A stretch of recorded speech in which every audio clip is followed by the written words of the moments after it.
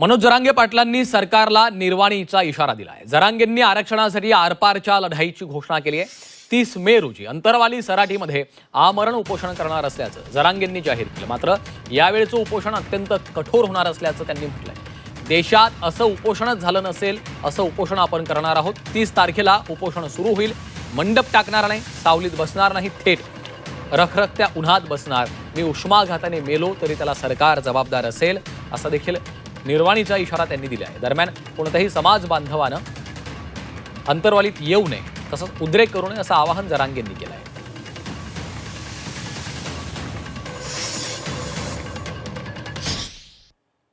30 मेचं जे आपलं आंदोलन आमरण उपोषण आपण ठरवलं होतं ते फायनल होणार आहे 30 मेला।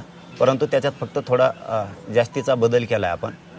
ते आमरण उपोषण आपण फॅनमध्ये, सावलीत, मंडपात बसून आपण ते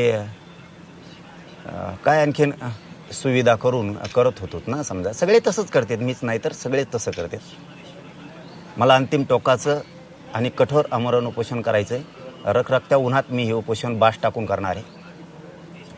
ना कुठलं पाणी, ना कुठलं जेवण, ना पायात चप्पल घालणार आहे, ना काय करणार आहे। माझ्या शरीरात प्रचंड वेदना आहेत। या जीवाला मी तरसायचं तरी किती दिवस। त्यामुळं जे होईल ते होईल। उष्ण घाताचा बळी गेला तरी देवेंद्र फडणवीसांमुळे गेला। मराठा समाजाने अंतरवालीत येऊ नये। मी तुमच्या लेकरासाठी झटतोय। सरकार मराठ्यांवरती प्रेम दाखवतंय की मराठ्याला ऊन लागतंय। मराठ्यांना विटीस धरू नका। माझी विनंती आहे, मराठा समाजाने अंतरवालीत येऊ नका। सगळ्यांनी सरकार काळजी करतंय आणि तुम्हालाही दिसलंय करतंय का नाही करत सरकार काळजी। कुणीही राज्यात, तिसरा मुद्दा, कुणीही राज्यात उद्रेक धिंगाणा करायचा नाही।